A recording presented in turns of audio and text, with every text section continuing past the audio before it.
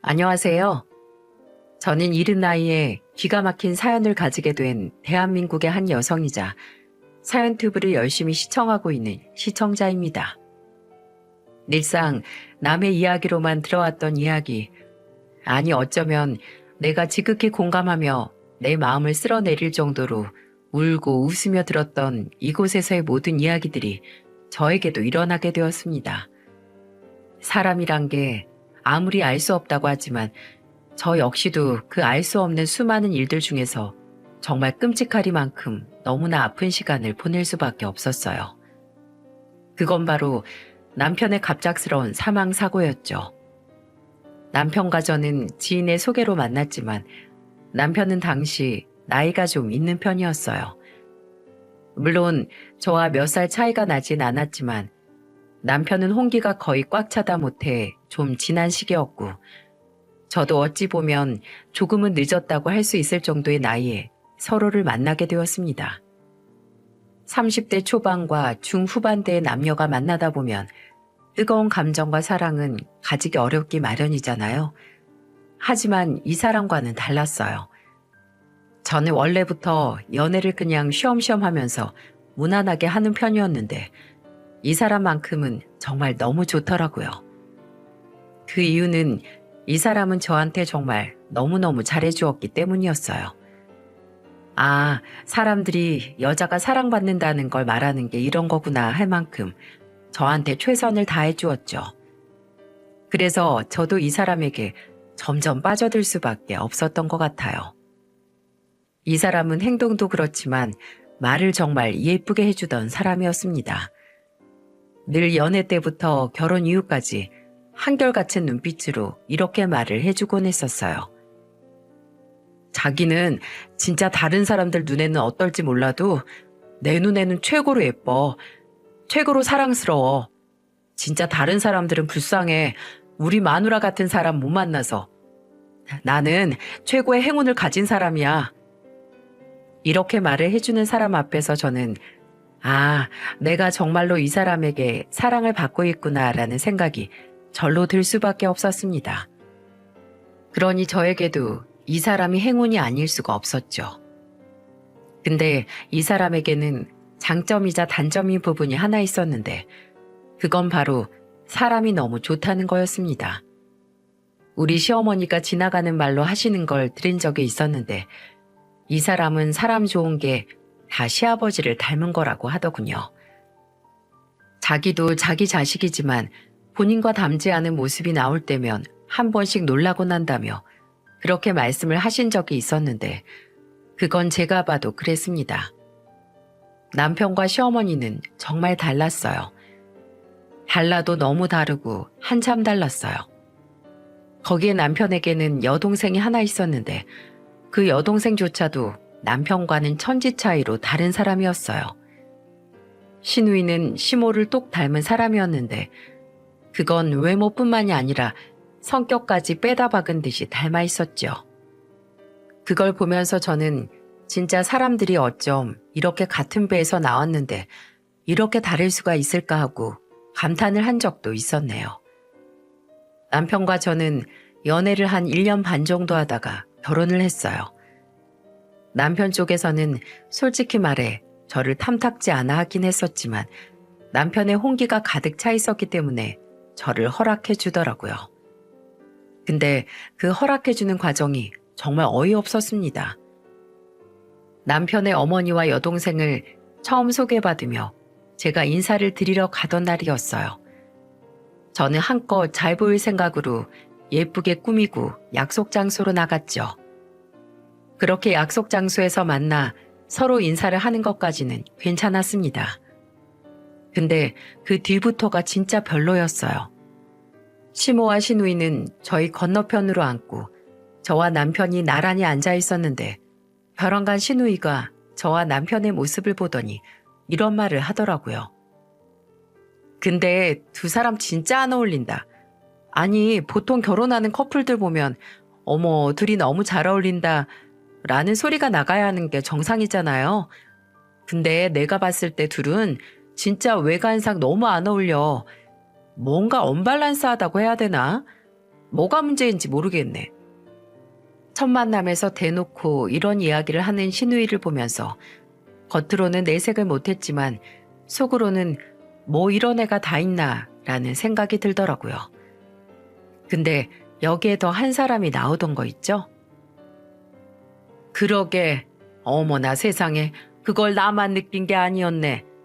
우리 아들이 워낙에 좀 훤칠한 스타일이라 그런지 뭔가 살짝 안 어울린다는 생각이 들긴 하네. 둘이서 연애하면서 좀 차이 난다는 소리 많이 들었겠어?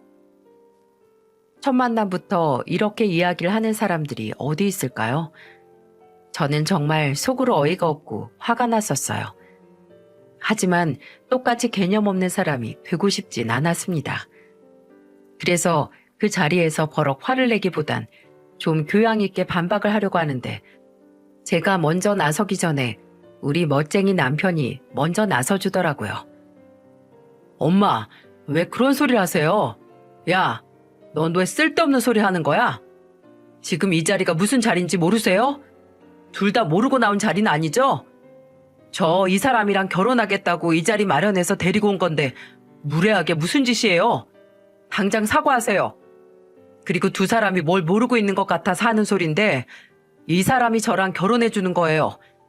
내가 결혼해달라고 매달리고 매달려서 나 같은 놈이랑 결혼을 해주는 고맙고 소중한 사람이라고요. 근데 왜 그런 말들을 함부로 하세요? 우리 어딜 나가도 다 잘 어울린다고 해주고 특히나 이 사람은 저한테 과분한 사람이라고 늘 사람들이 평생 여왕처럼 모시고 살라고 했어요. 생각을 해보세요. 저 같은 노총각을 누가 받아주는데요? 남편의 속 시원한 한마디에 신우이와 시모는 민망했는지 서로 한 번씩 쳐다보더니 우물쭈물 미안하다고 했습니다. 아유, 아니, 우리 말은 그런 게 아니라 물론 우리도 너랑 결혼해주는 게 고맙긴 해. 아니, 너는 우리가 농담으로 한 말을 가지고 뭘 그렇게 열을 내니? 사람 민망하게 참. 미안하게 됐다. 농담으로 할 소리가 있고 하지 말아야 할 소리가 있는 거예요. 저는 남편이 이렇게 저의 편을 들어주면서 이야기를 해준 게 너무너무 고마웠어요. 그리고 이 사람들 앞에서 면을 세울 수가 있었죠. 근데 이 둘은 여기에서도 그치지 않고 진짜 그 자리 내내 사람을 아주 불편하게 만드는데 뭐 있더라고요. 저를 내리까는 거에 성공하지 못하니 속으로 많이 분했는지 이번에는 다른 걸 가지고 난리를 피워댔습니다. 아니 근데 여긴 음식들이 다 왜 이래? 하나같이 짜거나 싱겁거나 아유 내 입에 맞는 게 하나도 없네. 엄마도 그렇게 느꼈어? 나도 하도 오빠가 쓸데없는 말 하지 말라고 해서 말 못하고 있었는데 솔직히 여기 너무 별로야. 우리 오빠는 이런 데 고를 센스는 뭐 진작에 없는 사람이고 혹시 여기 언니가 예약했어요? 네? 네, 제가 예약했어요. 두 분이서 평소에 스테이크 먹는 거 좋아하신다고 해서 제가 평소에 자주 오는 곳으로 예약한 건데 입에 많이 안 맞으세요? 네, 별로네요. 파스타는 짜고 고기는 싱겁고 샐러드도 뭐 그냥 평범하고 언니도 안목이 진짜 없나 보다. 개념이라고는 눈을 씻고 봐도 없을 것 같은 이 신우이는 저에게 솔직하다 못해 아주 발칙하게 이야기를 하더라고요. 근데 제가 봤을 때 그건 그냥 저에게 어떻게든 꼽을 주고 싶어서 안달난 객기로밖에 보이지 않았습니다. 그래서 저도 그 객기에 맞게 이야기를 해주었어요. 어머, 그래요. 이상하다. 여기 되게 인기 있는 곳인데 여기가 유명 연예인들도 진짜 많이 다니고 점심이나 저녁 시간 전후로 미리 줄 서서 먹는 곳이거든요. 그래서 일부러 시간대도 살짝 이른 저녁 시간대로 잡은 거였는데 사람마다 좀 입맛이 다를 순 있는데 살짝 미식가 아니신가 보다. 그냥 좀 까다로운 것 같아 보이는데 평소에 좀 까탈스럽다는 소리 자주 들으시겠다. 제가 아무렇지 않게 살짝 비꼬며 이야기하니 겉으로 내색은 못하고 기분 나빠하는 게 표정에서 다 드러났어요. 하지만 저는 그리 호락호락하게 시댁살이를 다 받을 생각이 없었기에 초장부터 아예 세게 나가야겠다 싶어 무턱대고 질러버렸습니다.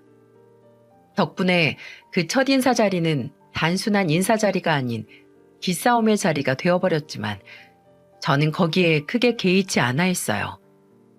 어차피 좋은 시댁 만나는 건 하늘의 별 따기고 어떤 시댁을 만나든 제가 어떻게 하느냐가 더 중요하다고 생각을 했기에 앞으로 더 제 길을 팍팍 살려 이들이 함부로 하지 못하게 해야겠다는 생각뿐이었죠. 그렇게 양가 인사를 다 마치고 상견례까지 끝난 마당에 어느 날 갑자기 시어머니가 저를 찾아 부르더라고요. 근데다 남편 없이 저만 따로 부르기에 무슨 소리를 하려나 싶어서 좀 긴장한 상태로 갔었습니다. 근데 거기에서 진짜 어이없는 이야기를 들어야만 했어요. 예, 너도 알다시피 우리 애가 우리 집 가장이야. 그래서 사실은 말이다. 나 우리 애 결혼 안 시키고 싶었어. 말 맞다나 우리 애가 당장이라도 결혼하면 우리 집 가장이 없어지는 거나 마찬가지인데 내가 결혼을 시키고 싶었겠니? 근데 주변에서 하도 애 앞길 망치지 말고 결혼시키라고 하기에 내가 억지로 시키긴 한다만 진짜 나는 결혼 안 시키고 싶어. 얘 없으면 나랑 우리 딸은 나가리 신세밖에 더 되겠니? 그러니까 결혼해서도 네가 알아서 우리 좀 챙겨야겠다. 그래서 또 하는 말인데 니네 신혼집 말이야. 네가 좀 알아서 해오면 안 되겠니? 뭐 혼수는 원래 여자 쪽이 하는 거니까 그거야 네가 알아서 하면 되는 거고. 집은 우리 아들이 지금 사방으로 알아보고 있는 것 같은데 걔 집 못 구해. 걔 앞으로 대출도 좀 있고 내가 또 좀 써야 하는 게 있어서 말이야. 그러니까 네가 집도 좀 알아서 해와라. 뭐 들어보니까 너네 집은 좀 산다면서. 그럼 잘 사는 쪽이 알아서 해오는 것도 덕보는 일인 거다. 그거 잘 새겨들어. 저는 그냥 돈 없어 집도 못 해주겠고 내 아들 돈은 내가 써야 하니 너는 쓰지 마라. 그리고 알아서 나 책임져라 라는 소리를 뻔뻔하게 돌려서 하는 이 시모를 보고는 어이가 없었어요. 너무 어이가 없고 황당하니 할 말도 떨어지던 거 있죠.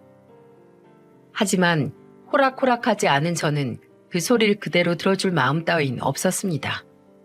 그래서 바로 반박을 했죠. 어머니, 그건 좀 어렵겠는데요. 결혼이 어디 저 혼자만 하는 것도 아닌데 저 혼자 집도 하고 혼수도 하라뇨. 그건 너무 이기적인 말씀이신 거죠.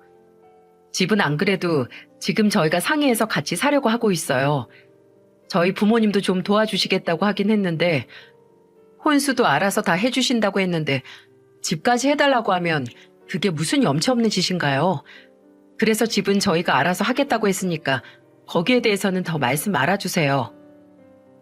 저는 단호하게 이야기를 했습니다. 그리고 또 하나 바로잡아야 할 게 있어서 이것까지 말씀을 드렸어요. 어머님, 그리고 좀 전에 말씀하신 어머님 아들 대출 말이에요. 그것도 언제까지 어머님이 갚으신다는 조건 하에 대출 받은 거라고 하던데요. 근데 이자랑 원금이랑 다 들어가고 있는 중인데도 불구하고 어머님은 한 푼도 주질 않으셨다고 그 사람한테 들었어요. 지금까진 아들이었으니까 부모된 권리로 그러셨을지 몰라도 그 사람은 이제 제 남편이 될 거기도 해서요. 저도 이제 어머님 자식이 되는 거나 다름이 없으니까 자식된 도리로서 다 달라고는 말씀 안 드려도 일부는 좀 주시길 부탁드릴게요. 그래야 어머님도 나중에 나올 손주들도 그렇고 저희한테 떳떳하고 당당하실 수 있을 것 아니에요. 아들 돈 떼어먹는 부모라는 말 들으면 그것만큼 명예 떨어지는 말이 어딨나요? 그러니까 절반도 어려우시면 3분의 1이라도 주시고 어머님의 책임을 다해주세요. 저의 이 말을 들은 시어머니는 얼굴이 울그락불그락해지는 게 그대로 보였어요. 자기 돈이나 아들 돈 안 쓰고 저한테 결혼 비용을 저한테 다 떠밀 생각으로 나왔던 사람이 생각지도 못한 소리를 들었으니 얼마나 열이 받았겠어요? 그래서 저한테 바로 한 소리를 하더라고요. 야, 너 뭐 이런 경우가 다 있니? 예, 그 돈이 다 내 아들 돈이지 네 돈이야? 네가 뭔데 그걸 3분의 1이라도 갚으라 말아야? 그리고 내 아들도 가만히 있는데 왜 네가 나서서 난리야 난리는. 어머님, 이제 그 사람 돈이나 빚이 다 제 거이기도 해요. 어머님이 빚지어 놓으신 걸로 제가 앞으로 결혼해서 제 월급 일부 떼어가며 갚아야 하는데 이 정도도 말씀 못 드리나요? 제가 맞는 말만 골라서 하니 시어머니는 할 말이 없었는지 그저 저를 째려보면서 씩씩거리기만 할 뿐이었습니다. 그 모습을 보면서 한 번 더 말씀을 드렸어요. 어머님, 어머님도 지금 경제활동 충분히 하실 수 있는 나이잖아요. 솔직히 말해서 아버님 돌아가시고 나서 어머님 한 번도 일을 안 하셨다면서요. 친척들이 주는 돈으로 살고 어머님 부모님 주시는 돈으로 살다가 그 사람 할머니 할아버지 돌아가시고 친척들도 더 이상 돈을 안 대주니까 이젠 아들 돈까지 끌어다가 쓰시는 거 아니에요. 저 다 들어서 알고 있어요. 이 사람이 착해서 어머니께 제대로 말도 못했지만 얼마나 속으로 힘들어하고 있는지 아세요? 이젠 저랑 결혼해야 하니까 저한테 다 말을 해줬는데 저 진짜 눈물 날 정도로 이 사람 불쌍했어요. 이제 아들 그만 좀 괴롭히세요. 그리고 아가씨도 돈 벌잖아요. 아가씨한테도 용돈 받으시고 저희도 용돈은 드릴 테니까 어머님도 소소하게 건강에 무리 가지 않을 정도의 일 알아보시면서 어머님 인생 사세요. 그게 어머님께도 좋아요. 저는 시어머니에게 훈계 아닌 훈계를 했습니다. 그러더니 제 소리가 분했는지 더는 듣기 싫다며 그냥 그 자리를 나가버리시더라고요. 저도 딱히 붙잡을 마음은 없었어요.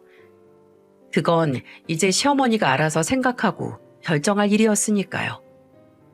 사실 저도 그렇게까지 야박한 사람이 아니기 때문에 시모가 경제활동을 안 해도 그만이고 그 대출금을 안 줘도 상관없었습니다. 사람마다 빚 없는 사람이 어디 있고 사연 사정 없는 사람이 어디 있겠어요? 그래서 저는 다 이해를 하고 그냥 그 돈도 군말 없이 갚을 수 있었지만 제가 봤을 때 시모는 그렇게 해주면 안 되는 사람이었어요. 오히려 그 호의를 너무나 당연한 것으로 알고 거의 아들을 돈줄로 생각하고 제멋대로 쥐락펴락하며 살고 있었기에 아들과 시모를 위해서라도 그 나쁜 관계성을 끊어내줘야만 했습니다. 그게 서로에게 좋다고 판단이 되었고요. 왜냐하면 이 지독한 관계성이 계속해서 이어지면 저희 남편도 힘들 뿐더러 시어머니도 평생을 남한테 의지만 하다가 남이 도와주지 못할 때는 스스로 아무것도 할 수 없게 될 거라 저는 독하게 마음을 먹기로 다짐한 거였죠. 하지만 사람이 어디 쉽게 달라지나요? 저희 시어머니는 저와 함께 있다가 나간 그 자리로 바로 남편에게 전화를 해서 이 결혼 절대 안 된다고 막 또 난리를 치셨나 보더군요. 남편은 궁금해서 저한테 전화를 했는데 제가 모든 사실을 있는 그대로 다 말해주었어요. 그랬더니 남편도 다 이해를 하고는 본인이 알아서 시어머니는 해결하겠다고 해서 저는 믿고 기다렸어요. 그리고 얼마 안 되어 남편에게 연락이 와서는 다 해결됐다고 이야기를 해주었죠. 어떻게 해결을 했냐고 물으니까 이렇게 말을 해주더군요. 당신이랑 결혼 못하게 되면 지금까지 내가 했던 모든 경제적인 지원 다 끊어버리겠다고 했어. 그러니까 처음에는 여자 잘못 만나서 내가 변했다느니 뭐라고 하시다가 나중엔 어쩔 수 없으셨는지 알겠다고 하시더라고. 그래서 다 해결된 거야. 남편도 이번만큼은 마음을 독하게 먹었는지 시어머니에게 평소 안 하던 말까지 하면서 세게 나간 것 같았어요. 저는 그 모습이 또 고맙게 느껴졌죠. 그렇게 우여곡절 끝에 저희는 결혼을 했습니다. 생각을 했던 것보다도 이 사람과의 결혼 생활은 더 특별하고 더 좋았어요. 남편은 결혼하고 나서도 변함없이 잘해줬고 저희들은 세상에 둘도 없는 사이 좋은 친구이자 평생의 반려자로 잘 지내고 있었습니다. 그러다 병사가 생겨났어요. 제가 임신을 했는데 글쎄 쌍둥이를 임신을 했더라고요. 이 소식을 남편에게 알려주니 남편 역시 진짜 난리가 났습니다. 남편은 글쎄 눈물까지 흘리던 거 있죠. 마누라, 진짜 잘했어. 진짜 고생했다, 우리 마누라. 이게 무슨 일이야. 우리에게 쌍둥이가 태어나다니. 나 진짜 너무 행복하다. 너무너무 행복해. 남편은 거의 아이처럼 방방 뛰면서 좋아했고, 저에게는 너무 고생 많았다며 꼭 껴안아주면서 눈물까지 흘렸어요. 그 모습에 저는 감동을 받기도 했지만, 이 사람이라면 우리 아이들이랑 정말로 평생 행복할 수 있겠다. 이 사람은 우리를 끝까지 이 마음 그대로 책임져 주겠다 싶어서 든든하고 듬직했어요. 그래서 더 가정에 대한 확신과 안정감이 들었죠. 아이를 낳고 나서는 역시나 쌍둥이 육아는 아무나 하는 게 아니라는 게 절실히 느껴질 만큼 힘이 많이 들었습니다. 들어가는 돈도 2배였고 노동도 체력도 모든 것이 다 2배로 들어갔어요. 하지만 자고 웃고 건강하게 있는 모습의 아이들을 보고 있노라면 그 모든 고생들이 다 한순간에 날아가는 듯 했습니다. 저는 다니던 직장에 육아휴직을 냈고 남편은 그대로 우리나라 전기 공기업 밑에 하청회사에서 일을 하고 있었어요. 그리고 육아는 저희 친정엄마가 집으로 와서 좀 도와주고 계셨죠. 남편 혼자서 돈 벌게 하는 게 미안해서 저도 아이들 조금만 키워놓고 바로 복직을 할 생각이었어요. 하지만 이미 그 사이에 저에게는 끔찍한 일이 벌어져 갔습니다. 우선 제가 아이를 낳고 나서 저희 시어머니는 일절 아이들을 돌봐주는 법이 없었어요. 제가 산부인과에 있을 때도 한참을 안 오다가 거의 마지막 조리원에서 퇴원하기 직전에 잠깐 와서 아이들 얼굴만 보고서 가더라고요. 근데 거기서 서운함은 별로 느끼지 않았습니다. 왜냐하면 저희 시어머니는 애초부터 원래 그런 사람이었으니까요. 근데 글쎄 제가 조리원에 있는 사이에 시어머니가 정말 어이가 없는 짓을 하나 해놓았지 뭐예요. 제가 조리원에 가 있는 동안 남편은 혼자서 집을 지키며 출퇴근을 하곤 했었어요. 조리원으로 와서 같이 시간을 보내기도 했지만 워낙에 남편 일이 몸쓰는 일이고 고된 일이다 보니 저는 남편에게 편하게 쉬라고 되도록이면 집에 가서 자게 했죠. 근데 그 틈을 타서 저희 시어머니가 상상도 못할 일을 하나 해놨더라고요. 제가 조리원에 있다가 집으로 가서 제일 먼저 한 일은 집안 청소였어요. 솔직히 아이들 보느라고 집안 청소를 할 여력이 없긴 했지만 그래도 한동안 못했던 밀린 집안일들을 좀 하려고 바쁘게 몸을 써봤어요. 남편이 혼자서도 집안 정리도 잘 해놓고 깔끔하게 청소까지 다 해놓긴 했지만 또 여자인 제가 봤을 때 보이는 것들이 있잖아요. 그래서 하나하나 정리를 하고 있었죠. 그러다 제 화장대 정리까지 하게 되었는데 이상하게 화장대가 좀 낯설더라고요. 그리고 뭔가 제가 정리한 대로 있는 게 아니라 뭔가 어질러져 있었고요. 평소에 저희 남편은 따로 본인 로션이랑 쓰는 화장품이나 액세서리 놓는 공간이 있었기에 건든 적이 없었는데 뭔가 이상해서 남편에게 제일 먼저 물어봤습니다. 여보, 혹시 내 화장대 정리하거나 청소한 적 있어? 아니, 없는데? 거긴 당신 물건밖에 없으니까 내가 따로 정리할 일은 없었지. 왜? 아무래도 좀 뭔가 화장대가 내가 정리해놨던 거랑 다르게 흩어져 있는 것 같아서. 당신은 건든 적 없단 말이지? 나는 없어. 근데 얼마 전에 우리 엄마가 나 먹을 반찬 놓고 집안 청소도 좀 해놓고 간다고 하길래 일가 있는 동안 그렇게 하라고 했었는데 그때 엄마가 정리를 하셨나? 뭐? 그랬었어? 그때 어머님 집에 잠깐 혼자서 들어오신다고 했던 날, 그날 말하는 거야? 그때 청소도 하신다고 하셨었어? 처음에는 나한테 반찬만 놓고 간다고 하시더니 나중에는 청소까지 좀 했다고 하시더라고. 알았어, 여보. 일 열심히 하고 이따가 봐. 저는 분명 시어머니가 건드렸다는 생각이 확 들었습니다. 그리고 뭔가 쎄해서 저의 화장대를 열심히 살펴보았죠.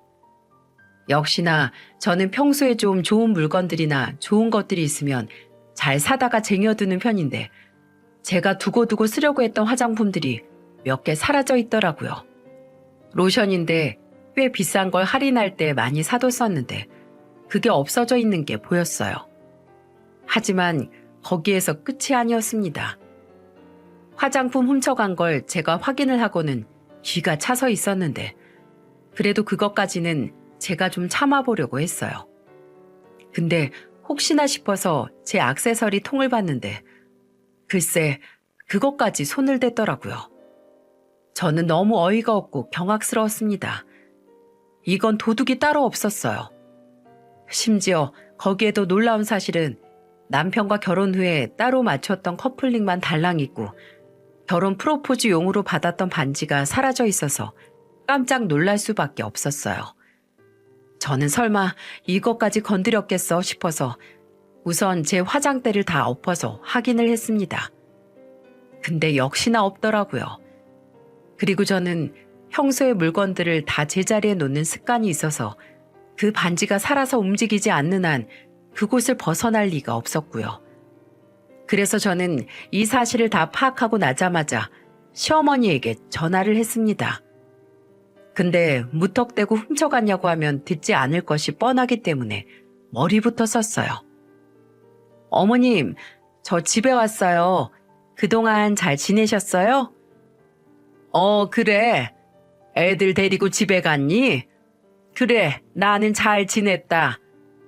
네, 근데 어머님, 저희 조리원에도 딱 한 번 오시고 애들도 제대로 안 보고 가셨잖아요. 그래서 이번 주말에 애들 좀 데리고 어머님께 가볼까 하는데 괜찮으세요? 뭐? 아니, 애들 밖에 나온 지 얼마나 됐다고? 벌써 집 밖으로 나오려고 하냐? 됐다. 내가 가서 볼 테니까 너는 오지 말어. 아니에요. 저 조리원에 오래 있었고 애들 외출 가능한 시기라 아무 상관없으니까 이번 주말에 저희가 찾아뵐게요. 저는 단호하게 제가 가겠다고 이야기를 해버렸어요. 그러니 시어머니는 더 말리지 못하겠는지 알겠다고 하고는 전화를 끊었고요. 그리고 그날 나름 만반의 준비를 하고는 저는 시댁으로 갔습니다. 시댁으로 가자마자 저는 시어머니가 애들을 보고 있게 두었고 그 사이에 남편과도 다 이야기를 해놓았기에 시어머니가 바로 집을 나갈 수 있도록 둘이서 바로 계획을 시행해 나갔습니다. 저는 시어머니를 밖으로 유인하기 위해 남편이 맛집에 음식을 예약해두고 지금 찾아와야 하는데 혼자 가지고 오려면 손이 부족하다고 하면서 같이 나가달라고 했습니다. 시어머니는 귀찮다며 시켜 먹지 뭐하러 그랬냐면서 핀잔을 하며 어쩔 수 없이 나가더라고요. 근데 나가기 전에도 저보고 나가 있으라는 걸 저는 애들 때문에 안 된다는 핑계를 대면서 집에 꾸역꾸역 끝까지 남아 있었어요. 대신에 시간을 좀 벌기 위해서 나간 김에 음식은 좀 식어도 되니까 오랜만에 아들이랑 둘이서 외출하는 건데 근처 옷가게라도 들려서 옷이나 한 벌 사서 오시라고 했었어요. 그랬더니 좋아서 나가더라고요. 그 사이에 저는 본격적으로 집을 수색하기 시작했어요. 집에는 시누이와 어머님이 같이 지내고 있었고 시누이는 주말이면 밖에서 나가 노느라 바쁜 사람이었기에 역시나 집에 없었어요. 그래서 그 두 방을 다 살펴볼 생각이었고 제일 먼저 시어머니 방부터 살폈습니다. 근데 딱 보니까 시어머니 화장대에 익숙한 화장품들이 올려져 있었고 그건 제 예상대로 저의 화장품이 맞았습니다. 제가 두고두고 쓴다고 쟁여두었던 화장품이었고 그걸 당당하게 꺼내놓고 쓰고 있더군요. 정말 어이가 없었어요. 하지만 거기에 어이없기는 너무 일렀습니다. 저는 진짜를 찾기 위해서 시어머니의 서랍장을 더 살폈고 그 안에서 진짜 제가 찾던 것을 발견할 수 있었죠. 그건 다름 아닌 남편에게 받은 저의 결혼 반지였습니다. 저는 진짜 너무너무 경악스럽고 놀라웠어요.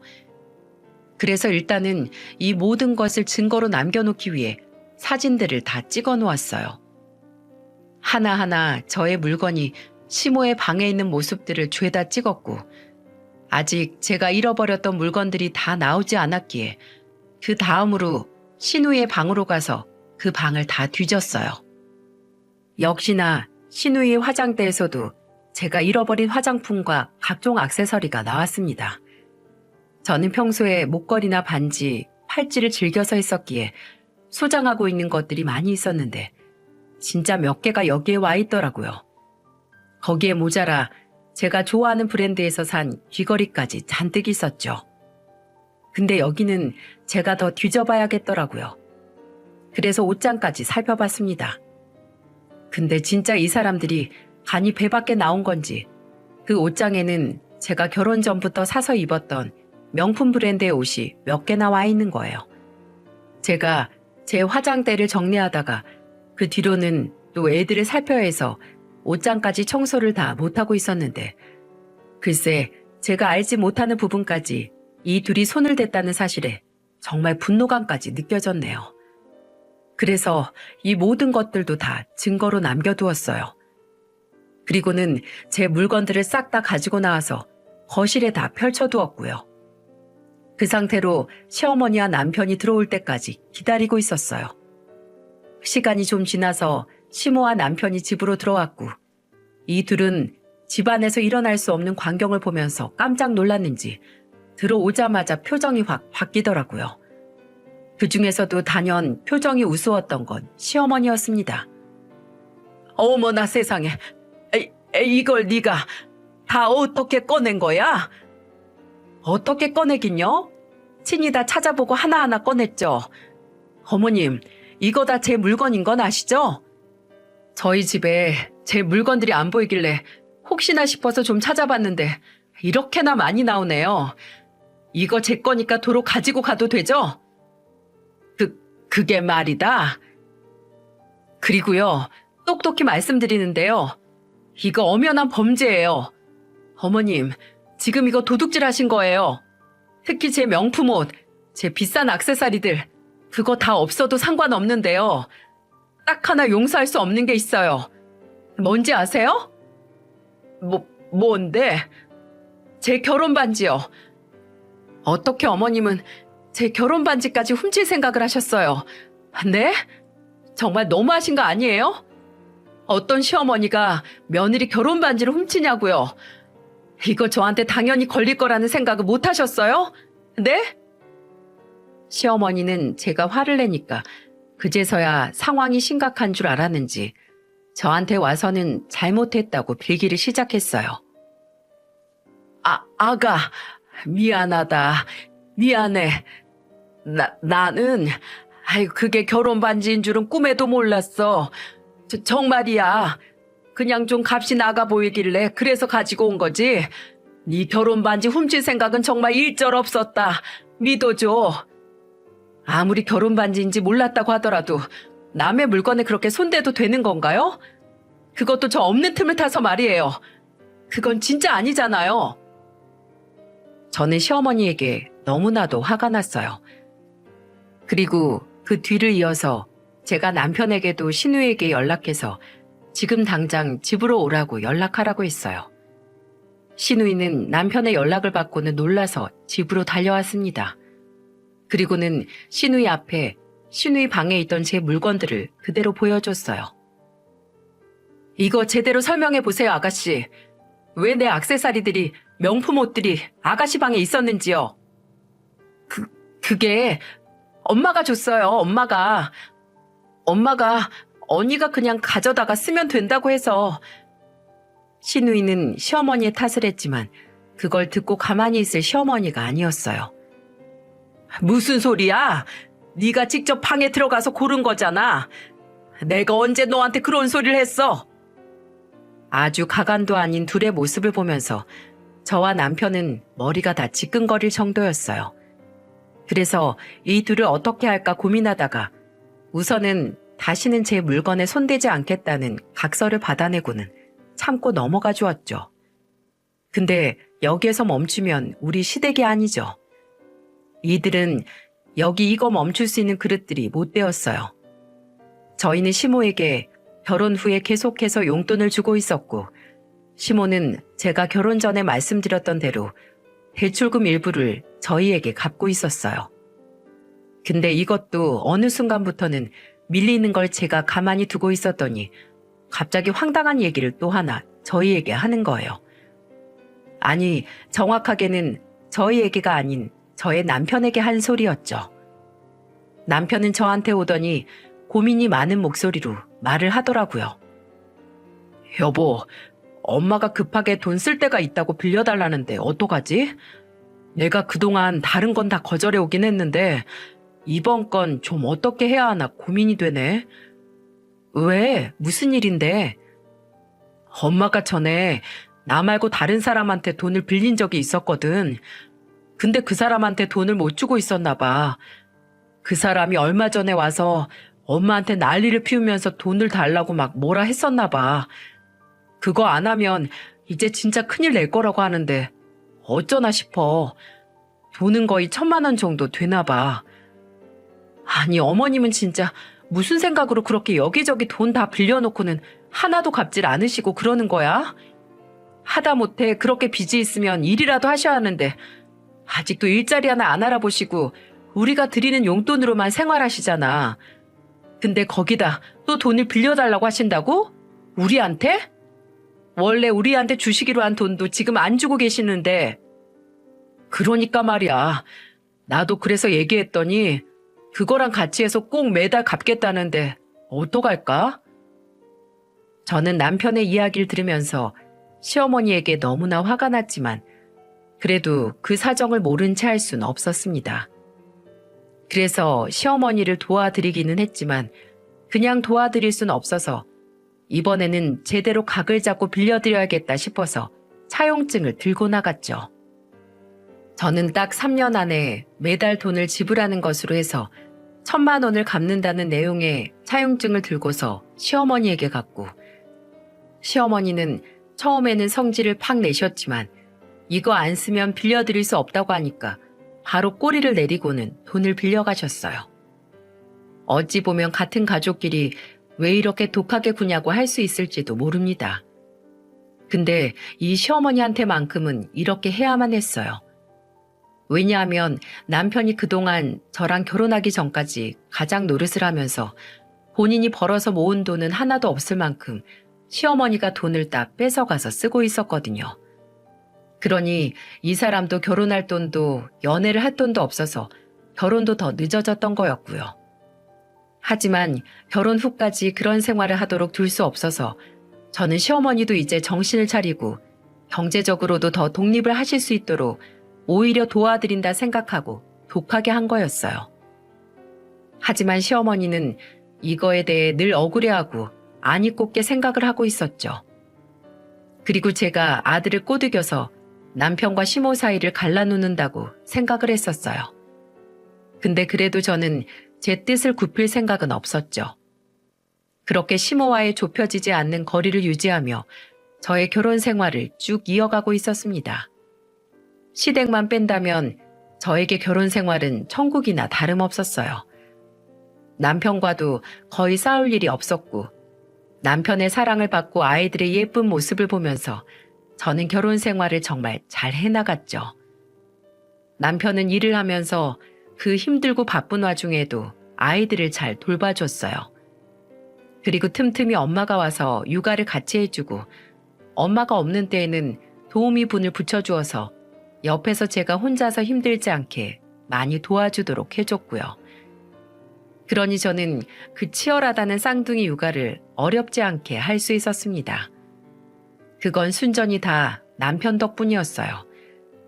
그렇게 쭉 꽃길만 걸을 것 같았던 저의 결혼 생활에 적신호가 일어났고 그건 적신호이다 못해 아예 비상등이 켜진 거였어요.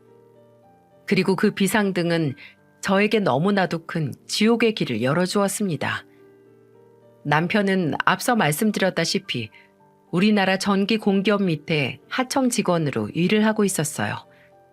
눈이 오나 비가 오나 밤이나 낮이나 늘 작업을 하면서 힘들게 지내는 남편을 보면서 저는 그가 걱정스럽기도 하고 안쓰럽기도 해서 늘 밥도 잘 챙겨주려고 하고 집에 들어오면 최대한 쉴 수 있게끔 해주려고 했었어요.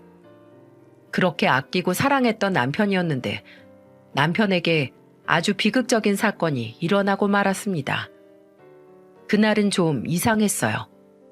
저는 원래 꿈을 잘 안 꾸는 사람인데 갑자기 그날 밤에 굉장히 찜찜하고 거친 꿈이 꺼지더라고요. 그냥 기분 나쁘고 알 수 없는 꿈이었는데 영 찝찝해서 그날 바로 출근을 하는 남편에게 말을 했어요. 여보, 나 평소에 꿈 잘 안 꾸잖아. 근데 오늘은 꿈이 너무 이상해. 그러니까 당신 오늘 일 나가서 조심해야 돼. 알았지? 나랑 애들은 집에 있으니까 그래도 괜찮을 것 같은데 난 당신이 너무 걱정돼. 당신 우리 집 가장이야. 나랑 애들 당신 없으면 안 되는 거 알지? 그러니까 꼭 조심해야 돼. 알았어, 여보. 내가 특별히 조심할게. 우리 금쪽 같은 아들 둘이랑 사랑스러운 당신 두고 어디 안 갈 거니까 걱정하지 말고 집에 있어. 남편은 이렇게 이야기를 하고는 집을 나섰지만 그 뒤로 집으로 올 수가 없었습니다. 왜냐하면 그날 남편은 전기 감전사고로 인해 우리 곁을 떠나고 말았거든요. 사실 이때는 태풍이 심하게 오던 날이었어요. 곳곳에서 태풍으로 인한 피해가 이만저만이 아니었고 남편 역시 바쁘게 돌아다닐 때였죠. 근데 그 와중에 한 동네에서 정전이 일어났고 남편은 그것을 수습하다가 예기치 못한 사고로 인해 그 자리에서 생을 마감했어요. 그 소식을 듣고 저는 병원으로 달려갔지만 거기에서는 남편의 싸늘하게 누워있는 모습만 볼 수 있었습니다. 너무나 기가 찼어요. 정말로 믿기지가 않았죠. 남편을 아무리 흔들어대도 남편은 미동도 없이 가만히 누워있을 뿐이었습니다. 안 돼, 여보.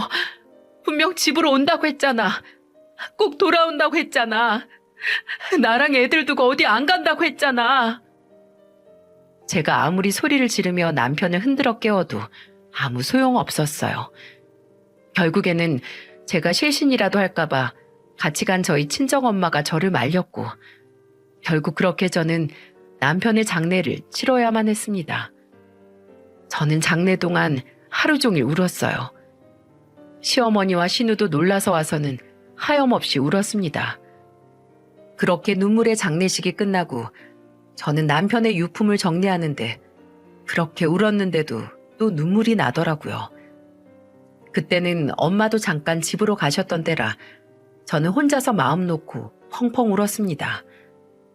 정말 남편이 너무 보고 싶었어요. 그렇게 울다 저도 모르게 깜빡 잠이 들었는데 벼랑간 시어머니가 집에 찾아왔더라고요.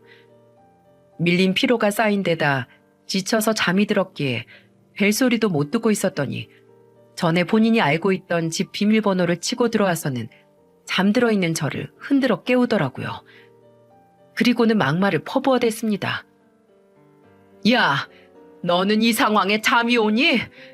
네 남편은 가장 노릇하겠다고 집 밖에 나가서 영영 못 돌아오게 됐는데 이 남편 잡아먹은 것은 아주 그냥 마음 편히 쳐 자고 있네. 어머니, 말씀을 왜 그렇게 하세요? 저도 여태까지 남편 유품 정리하다가 며칠 못 잔 것 때문에 겨우 잠든 거예요. 웃기지 말어. 지금 잘 겨를이 어딨어? 나 필요 없고 너 당장 거실로 나와봐라. 저는 너무 지쳐서 힘이 없었지만 시어머니가 하도 성화를 부려서 거실로 나왔습니다. 거기에서 저는 또 어이없는 소리를 들어야 했어요. 너 이번에 산재 나온다지? 얼마 나온다고 하디?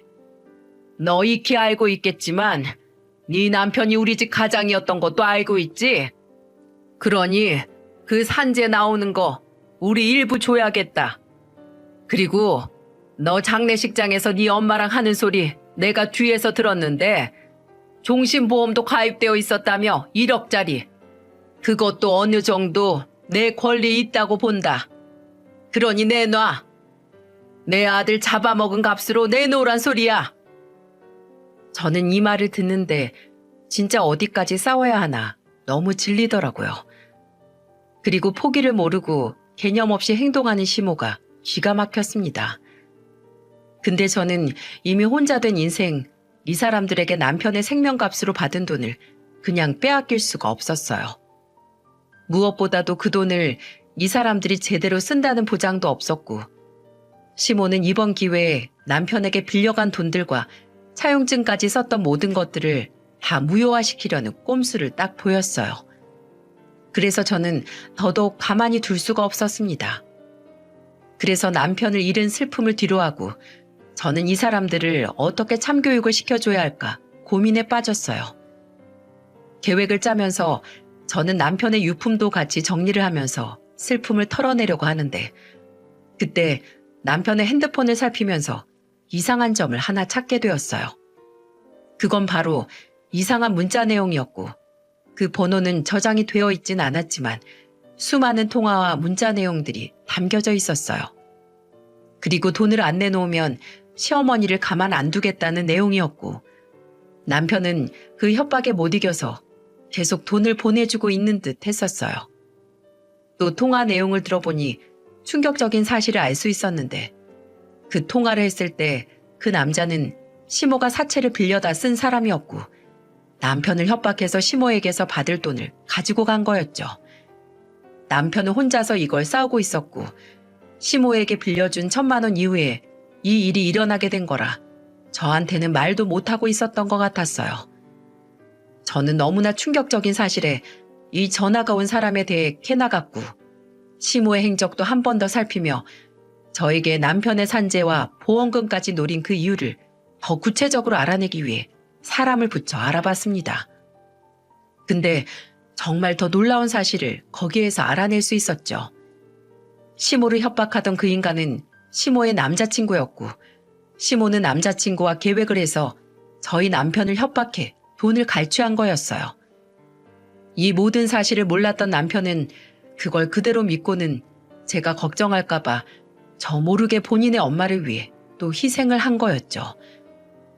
여기까지 알고 나니까 정말 너무너무 화가 났고, 화를 넘어 분노가 느껴지더군요.